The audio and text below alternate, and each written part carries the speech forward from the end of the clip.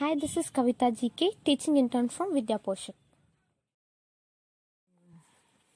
Hi everyone, and today we'll start the new lesson, that is where there is a will, there is a way. ಇವತ್ತು ನಾವು where there is a will there is a way ಅನ್ನುವಂಥ ಹೊಸ ಪಾಠವನ್ನು ಶುರು ಮಾಡೋಣ. ಪಾಠ ಏನಂದರೆ ಮನಸ್ಸಿದ್ದಲ್ಲಿ ಮಾರ್ಗ. ಮನಸ್ಸಿದ್ರೆ ಏನು ಬೇಕಾದರೂ ಸಾಧಿಸ್ಬೋದು. ಮಾಡುವಂತಹ ಇಚ್ಛೆ ಬೇಕು. ಕೆಲಸ ಯಾವುದಾದ್ರೂ ಪರವಾಗಿಲ್ಲ, ಮಾಡುವಂಥ ಮನಸ್ಸಿರಬೇಕು.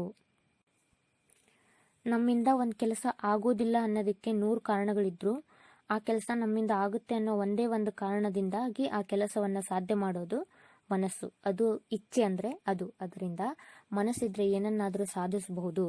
ಅದಕ್ಕೆ ಈ ಪಾಠದಲ್ಲಿ ಒಂದೆರಡು ಉದಾಹರಣೆಗಳನ್ನು ಕೊಟ್ಟಿದ್ದಾರೆ. ಅದೇನಂತ ನೋಡೋಣ. Okay, let us start the lesson. So before we are going to start the lesson, I am going to introduce the 2 persons from USA and those are famous athletes. ನಾನು ನಿಮಗೆ ಈಗ ಅತ್ಯಂತ ಪ್ರಖ್ಯಾತ ಕ್ರೀಡಾಪಟುಗಳು, ಅಮೆರಿಕಾದ ಅತ್ಯಂತ ಪ್ರಖ್ಯಾತ ಕ್ರೀಡಾಪಟುಗಳನ್ನು ತೋರಿಸ್ತೇನೆ. ಅವರು ತಾವು ದೈಹಿಕವಾಗಿ ದೌರ್ಬಲ್ಯವಾಗಿದ್ರು ಅದನ್ನು ತಮ್ಮ ಅಸ್ತ್ರವನ್ನಾಗಿ ಬಳಸ್ಕೊಂಡು ಹೆಂಗೆ ಅವ್ರ ಜೀವನದಲ್ಲಿ ಮುಂದೆ ಬಂದರು ಅನ್ನೋದ್ರ ಬಗ್ಗೆನೇ ಈ ಪಾಠ ಇರೋದು. ಮೊದಲು ಅವ್ರು ಯಾರು ಅನ್ನೋದನ್ನ ತಿಳ್ಕೊಳ್ಳೋಣ. So let us see. And the first one is Wilma Rudolf. And the second one is Rafer Johnson. So by knowing this, now we can start our lesson. So let us start the lesson. No one is born great. One becomes great by his deeds, willpower, patience and perseverance. These make a person overcome his or her weakness and disabilities to achieve his or her goal. Here are 2 stories of athletes who have achieved their best in spite of their physical challenges. They were differently abled indeed. ಇದರ ಅರ್ಥ ಏನಂದ್ರೆ, ಯಾರು ಹುಟ್ಟತಾನೆ ಪ್ರಸಿದ್ಧಿಯನ್ನ ಪಡ್ಕೊಂಬರಂಗಿಲ್ಲ. ಒಬ್ರು ಯಾರಾದರೂ ಪ್ರಸಿದ್ಧರಾಗಿದ್ದಾರೆ ಅಥವಾ ಉತ್ತಮರು ಅನ್ಸ್ಕೊಂಡಿದ್ದಾರೆ ಅಂದ್ರೆ ಅದು ಅವ್ರು ಮಾಡಿರೋ ಕೆಲಸದಿಂದಾಗಿ, ಅವ್ರಿಗಿರೋ ಮನಃಶಕ್ತಿಯಿಂದಾಗಿ, ಅವ್ರ ವಿಲ್ ಪವರಿಂದಾಗಿ, ಅವರಲ್ಲಿರೋ ತಾಳ್ಮೆಯಿಂದಾಗಿ, ಅವರ ಕೆಲಸದಲ್ಲಿರುವಂತಹ ಪರಿಶ್ರಮದಿಂದಾಗಿ ಅವರು ಆ ಪ್ರಖ್ಯಾತಿಯನ್ನು ಪಡೆದಿರ್ತಾರೆ. And these make a person overcome his or her weakness and disabilities to achieve his or her goal. ಈ ತಾಳ್ಮೆ, ಪರಿಶ್ರಮ ಮತ್ತು ಮನಃಶಕ್ತಿ ಇವೆಲ್ಲವುದರಿಂದ ಮಾತ್ರ ಒಬ್ಬ ಮನುಷ್ಯ ತನ್ನ ದೌರ್ಬಲ್ಯತೆಯನ್ನ ಮೀರಿ, ತನ್ನ ಎಲ್ಲ ಡಿಸೇಬಿಲಿಟೀಸ್ ಅನ್ನ ಮೀರಿ ತಮ್ಮ ಗುರಿಯನ್ನ ಸಾಧಿಸಲಿಕ್ಕೆ ಸಾಧ್ಯ. Here are 2 stories of athletes who have achieved their best. ಇಲ್ಲಿ ಅದೇ ತರ 2 ಜನ ಕ್ರೀಡಾಪಟುಗಳ ಕಥೆಯನ್ನ ಕೊಡಲಾಗೈತಿ. ಯಾರು ಅವರ ಬೆಸ್ಟ್ ಅನ್ನ ಕೊಟ್ಟಿದ್ದಾರೆ, ಅವರ ದೈಹಿಕ ದೌರ್ಬಲ್ಯತೆಯನ್ನ ಮೀರಿ ವಾಸ್ತವವಾಗಿ ಅವರು ಏನನ್ನ ಸಾಧಿಸಿ ತೋರಿಸಿದ್ದಾರೆ ಅನ್ನುವಂತಹ 2 ಕಥೆಗಳನ್ನ ಇಲ್ಲಿ ಕೊಟ್ಟಲಾಗಿದೆ. In spite of their physical challenges they were differently abled indeed. ಅವರಿಲ್ಲಿ ಅವರಿಗೆ ದೈಹಿಕವಾಗಿ ಅವರು ದೌರ್ಬಲ್ಯತೆಯನ್ನು ಹೊಂದಿದ್ರೂ ಕೂಡ ವಾಸ್ತವದಲ್ಲಿ ಅವರು ಹೇಗೆ ಅವರ ಪರಿಶ್ರಮದಿಂದ ಯಶಸ್ಸನ್ನು ಕಂಡಿದ್ದಾರೆ ಅನ್ನುವಂತ 2 ಕಥೆಗಳನ್ನ ಇಲ್ಲಿ ಕೊಟ್ಟಿದ್ದಾರೆ. ಈಗ ನಾವು ಅದನ್ನ ನೋಡೋಣ. The 1992 Olympics had put Barcelona on the map of the world. Thousands of athletes take part in the games. Why do so many countries send their teams to the Olympics? It is because the Olympics is one of the world's biggest events. It is an honor for any country to send her athletes to take part in these games. It is not success or failure that counts. What matters is participation in the games. 1992ರಲ್ಲಿ ಬ್ರಾಸಿಲೋನಾದಲ್ಲಿ Olympics ನಡೆಯುವುದಾಗಿ ಘೋಷಣೆ ಆಗಿರ್ತೈತಿ ಮತ್ತು ಸಾವಿರಾರು ಜನ ಆಟಗಾರರು ಅದರಲ್ಲಿ ಭಾಗವಹಿಸ್ತಿರ್ತಾರೆ. ಯಾಕೆ ಎಲ್ಲ ದೇಶದಿಂದಾನು ಆಟಗಾರರನ್ನ ಆ ಒಲಿಂಪಿಕ್ಸ್ಗೆ ಕಳಿಸ್ತಾರೆ ಅಂದ್ರೆ, ಆ ಒಲಿಂಪಿಕ್ ಅನ್ನೋದು ಪ್ರಪಂಚದ ಅತ್ಯಂತ ದೊಡ್ಡ ಕ್ರೀಡಾಕೂಟ ಆಗಿರ್ತೈತಿ. ಆದ್ದರಿಂದ ಎಲ್ಲಾ ದೇಶದಿಂದನೂ ಆಟಗಾರರನ್ನ ಆ ಕ್ರೀಡಾಕೂಟಕ್ಕೆ ಕಳಿಸ್ತಿರ್ತಾರೆ. ಅದರಲ್ಲಿ ಸೋಲು ಗೆಲುವು ಅನ್ನೋದು ಇಂಪಾರ್ಟೆಂಟ್ ಅಲ್ಲ. ಅದಕ್ಕಿಂತ ಸೋಲು ಗೆಲುವು ಅನ್ನೋದಕ್ಕಿಂತ ಅದರಲ್ಲಿ ಭಾಗವಹಿಸೋದೇನಿರುತ್ತೆ, ವರ್ಲ್ಡ್ಸ್ ಒಲಿಂಪಿಕ್ ಅಲ್ಲಿ ಭಾಗವಹಿಸೋದೇನಿರುತ್ತೆ ಅದೇ ಒಂದು ಉತ್ತಮ ಸಾಧನೆ. ಆದ್ದರಿಂದ ಸಾವಿರಾರು ಜನ ಆಟಗಾರರು ಬೇರೆ ಬೇರೆ ದೇಶದಿಂದ ಆ ಒಲಿಂಪಿಕ್ ಅಲ್ಲಿ ಭಾಗವಹಿಸ್ತಿರ್ತಾರೆ. The players put in their best efforts to win. They want to set a new record and become the world's best ever. ಆ ಒಲಿಂಪಿಕ್ನಲ್ಲಿ ಆಡುವಂತಹ ಆಟಗಾರರು ಹೆಂಗೆ ಆಡ್ತಾರೆ ಅಂದರೆ ತಮ್ಮ ಸಂಪೂರ್ಣ ಶ್ರದ್ಧೆಯಿಂದ ಆಡ್ತಾರೆ. ಗೆಲ್ಲಲಿಕ್ಕೋಸ್ಕರ ತಮ್ಮ ಸಂಪೂರ್ಣ ಶ್ರದ್ಧೆಯಿಂದ ಆಟವನ್ನು ಆಡ್ತಾರೆ. ಅವ್ರ ತಲೆಯಲ್ಲಿ ಒಂದೇ ಇರುತ್ತೆ, ಹಳೆ ದಾಖಲೆಗಳನ್ನು ಮುರಿದು ಹೊಸ ದಾಖಲೆಗಳನ್ನು ಅವ್ರ ಹೆಸರಲ್ಲಿ ಮೂಡಿಸ್ಬೇಕು ಅನ್ನೋದು ಒಂದೇ ಅವರ ಧ್ಯೇಯ ಆಗಿರುತ್ತೆ. ಆ ಧ್ಯೇಯವನ್ನು ಇಟ್ಕೊಂಡು ಎಲ್ಲ ಆಟಗಾರರು ಆ ಒಲಿಂಪಿಕ್ನಲ್ಲಿ ಆಟವನ್ನು ಆಡ್ತಾರೆ. ಮತ್ತು ಅವರೇ ಕೂಡ ವರ್ಲ್ಡ್ಸ್ ಬೆಸ್ಟ್ ಎವರ್ ಆಗಬೇಕು ಅಂತ ಅವ್ರ ಗುರಿ ಇರುತ್ತೆ. ಪ್ರಪಂಚದಲ್ಲಿ ಅವರೇ ಬೆಸ್ಟ್ ಆಗಿರಬೇಕು ಅನ್ನೋ ಕನಸನ್ನು ಇಟ್ಕೊಂಡು ಅವರು ಆ ಒಲಿಂಪಿಕ್ನಲ್ಲಿ ಆಟವನ್ನು ಆಡ್ತಾರೆ. A few among such players have already been victims of accidents. A few others have been victims of diseases. Yet none of these see themselves as disabled.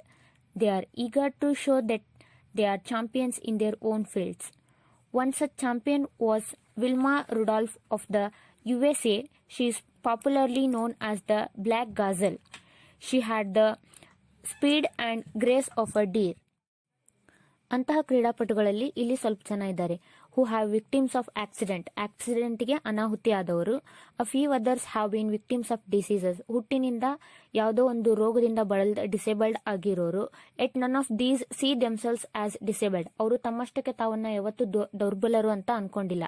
They are eager to show that they are champions in their own field.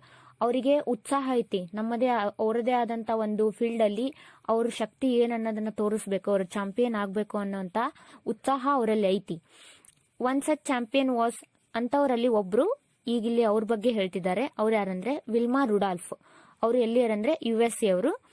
ಅವರನ್ನ black gazelle ಅಂತ ಕರಿತಿದ್ರು, ಅಂದ್ರೆ ಕರಿ ಜಿಂಕೆ ಅಂತ ಕರಿತಿದ್ರು. ಯಾಕಂದ್ರ ಅವರಿಗೆ ಆ ಜಿಂಕೆ ಅಷ್ಟು ವೇಗ ಇತ್ತು ಅವ್ರ ಓಟದಲ್ಲಿ, ಅವ್ರ ಚಾಂಪಿಯನ್ಶಿಪ್ ಅಲ್ಲಿ, ಮತ್ತೆ ಅಷ್ಟೇ ಗ್ರೇಸ್ ಇತ್ತು ಡೀರ್ನಷ್ಟು. ಅದಕ್ಕೋಸ್ಕರ ಅವರನ್ನ ಬ್ಲ್ಯಾಕ್ ಗಾಜಲ್ ಅಂತ ಕರಿತಿದ್ರು.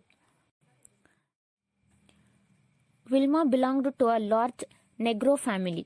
ಇನ್ fact she was the 14th child and was very weak when she was born.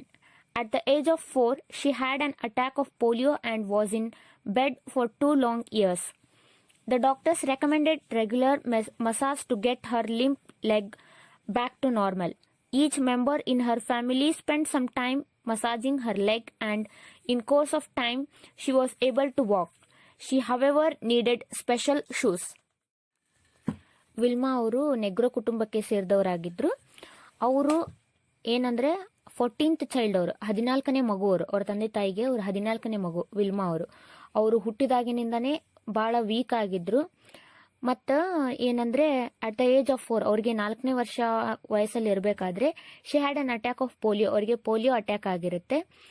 And she was in bed for 2 long years. 2 ವರ್ಷಗಳ ಕಾಲ ಅವರು ಸತತವಾಗಿ ಬೆಡ್ ಮೇಲೆನೆ ಇದ್ರು ಪೋಲಿಯೋ ಅಟ್ಯಾಕ್ ಆಗಿ. 4 ವರ್ಷ ವಯಸ್ಸಿರ್ಬೇಕಾದ್ರೆ ಅವರಿಗೆ ಡಾಕ್ಟರ್ ಏನ್ ಸಜೆಸ್ಟ್ ಮಾಡಿದ್ರು ಅಂದ್ರೆ ಅವ್ರ ಕಾಲಿಗೆ, ವೀಕ್ ಇರೋ ಕಾಲಿಗೆ ರೆಗ್ಯುಲರ್ ಮಸಾಜ್ ಮಾಡಬೇಕು, ಅಂದ್ರೆ ಮಾತ್ರ ಅವ್ರ ಕಾಲು ನಾರ್ಮಲಿ ಬರಕ್ ಸಾಧ್ಯ ಅಂತ ಡಾಕ್ಟರ್ ಹೇಳಿದ್ರಿಂದ ಅವ್ರ ಮನೆಯಲ್ಲಿರ್ತಕ್ಕಂಥ ಪ್ರತಿಯೊಬ್ಬ ಸದಸ್ಯರು ಕೂಡ ಅವರೊಂದಿಗೆ ಕಳೆಯುವಂತ ಎಲ್ಲಾ ಸಮಯವನ್ನು ಅವ್ರ ಕಾಲ್ ಮಸಾಜ್ ಮಾಡೋದ್ರೊಂದಿಗೆನೆ ಕಳೀತಿದ್ರು.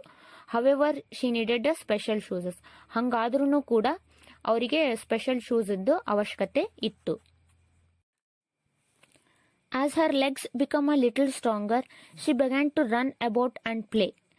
At no time did she feel that she was physically handicap.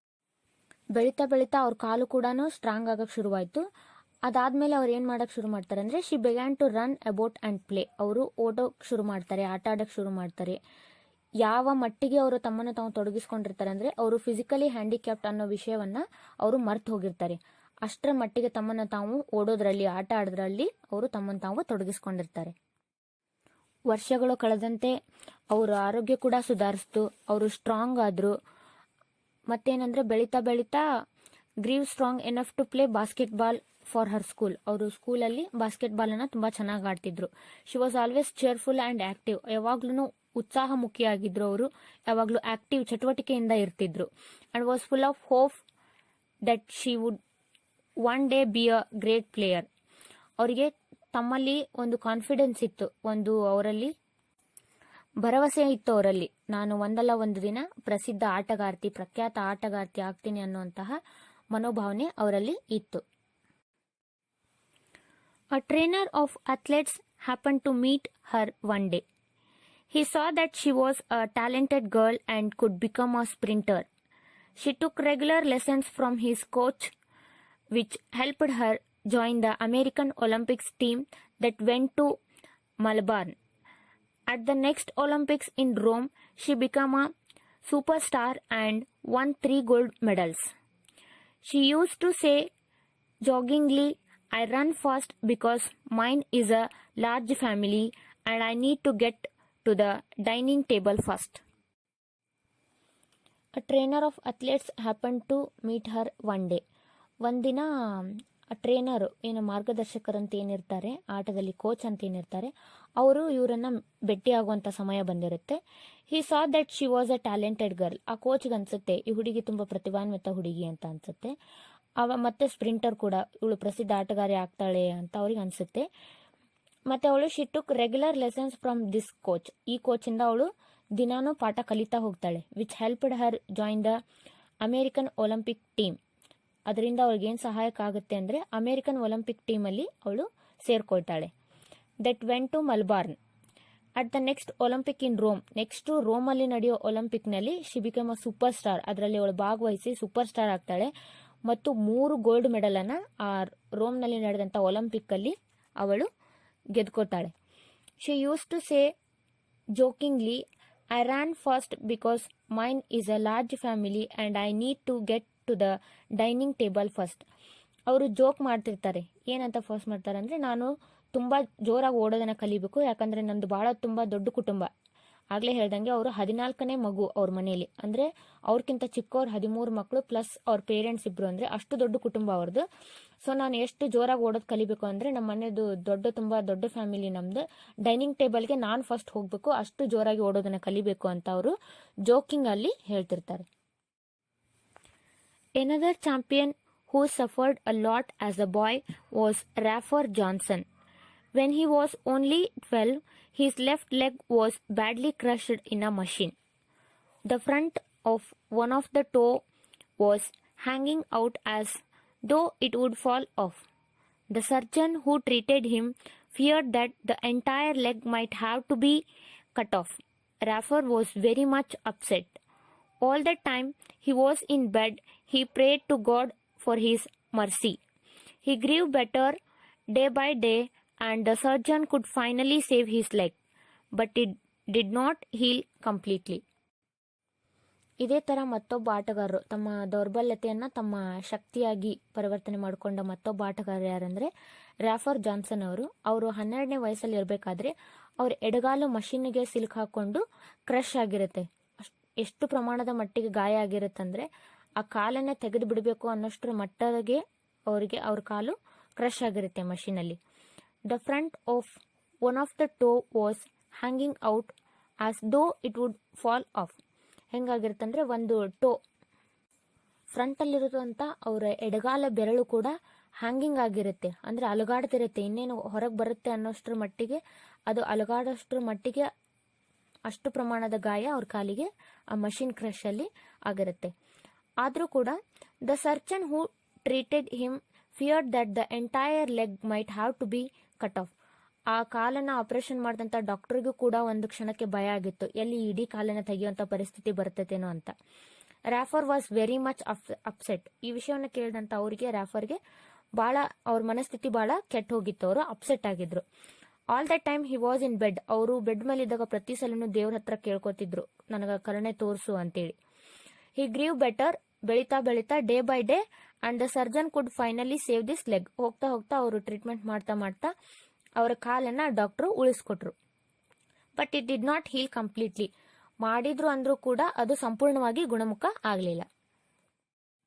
ರಾಫರ್ಸ್ interest in sports was so strong that he did not worry about his weak leg. He often had difficulty in wearing spiked shoes, but this did not stop him from having regular practice. He worked hard day and night and was finally selected for the Olympics. He took part in the decathlon and won the first place. He was called the greatest all-round athlete in the world. Rafer's interest in sports was so strong. ಅವರಿಗೆ ಆಟದಲ್ಲಿ ಬಹಳ ಆಸಕ್ತಿ ಇತ್ತು ರಾಫರ್ ಅವರಿಗೆ.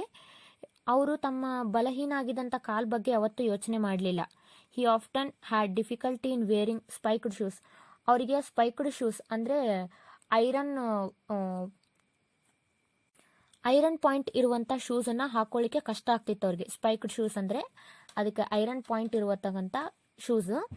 But this did not stop him from having regular practice. ಆದರೆ ಇದರಿಂದ ಏನು ಅವ್ರ ಪ್ರಾಕ್ಟೀಸ್ ನಿಲ್ಲಿಲ್ಲ. ಅವ್ರು ಹಗಲು ರಾತ್ರಿ ಕಷ್ಟಪಟ್ಟು ಹಾರ್ಡ್ ವರ್ಕ್ ಮಾಡಿದ್ರು ಮತ್ತು ಒಲಿಂಪಿಕ್ಕಿಗೆ ಸೆಲೆಕ್ಟ್ ಆದರು. He took part in the ಡೆಕ್ಲಾನಲ್ಲಿ ನಡೆದಂಥ ಒಲಿಂಪಿಕ್ಕಲ್ಲಿ ಅವರು ಭಾಗವಹಿಸಿ ಫಸ್ಟ್ ಪ್ಲೇಸಲ್ಲಿ ಸ್ಪರ್ಧೆಯನ್ನು ಗೆಲ್ತಾರೆ. ಇವ್ರಿಗೆ ಏನಂತ ಕರೀತಾರೆ ಅಂದರೆ he was called the greatest all round athlete in the world. ಎಲ್ಲ ಆಟಗಳಲ್ಲೂ ಅಷ್ಟೇ ಉತ್ತಮವಾಗಿ ಆಡ್ತಿದ್ರಂತ ಇವರಿಗೆ ಆಲ್ರೌಂಡ್ ಅಥ್ಲೆಟ್, ಅದು ಗ್ರೇಟೆಸ್ಟ್ ಆಲ್ರೌಂಡ್ ಅಥ್ಲೆಟ್ ಅಂತ ಇವರನ್ನ ಕರೀತಾರೆ. Both these champions had a dream. They set themselves a goal to achieve the dream. They walked with a will to reach this goal.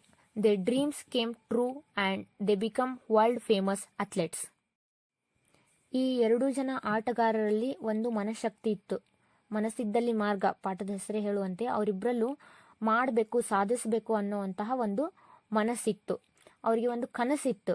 They set themselves a goal to achieve the dream. ಅವರ ಕನಸನ್ನು ನನಸು ಮಾಡ್ಕೊಳ್ಳಿಕ್ಕೆ ಅವರು ಒಂದು ಗುರಿಯನ್ನು ಇಟ್ಕೊಂಡ್ರು. They worked with a will to reach. ಮನಸ್ಸಿಂದ ಕೆಲಸವನ್ನು ಮಾಡಿದ್ರು ಅವರು ಅವರ ಗುರಿಯನ್ನು ಮುಟ್ಲಿಕ್ಕೋಸ್ಕರ. ಮತ್ತೆ ಅವ್ರ ಕನಸು ನಿಜ ಕೂಡ ಆಯಿತು. ದೆ ಬಿಕಮ್ ವರ್ಲ್ಡ್ ಫೇಮಸ್ ಅಥ್ಲೆಟ್ಸ್. ಇಡೀ ಪ್ರಪಂಚದಾದ್ಯಂತ ಪ್ರಖ್ಯಾತ ಕ್ರೀಡಾಪಟುಗಳಾದ್ರು ಅವರು. ಇದೆಲ್ಲ ಸಾಧ್ಯ ಆಗಿದ್ದು ಮನಸ್ಸಿದ್ದಿದ್ರಿಂದ. ಅವರಿಗೆ ಮಾಡಬೇಕು ಅನ್ನೋ ಮನಸ್ಸಿತ್ತು. ಅದಕ್ಕೆ ಮನಸ್ಸಿದ್ದಲ್ಲಿ ಮಾರ್ಗ. So at the end of this session, I will have an activity for you people. That is, you have to write a paragraph on where there is a will, there is a way.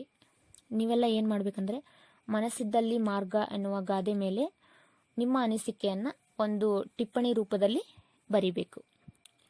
Okay, thank you.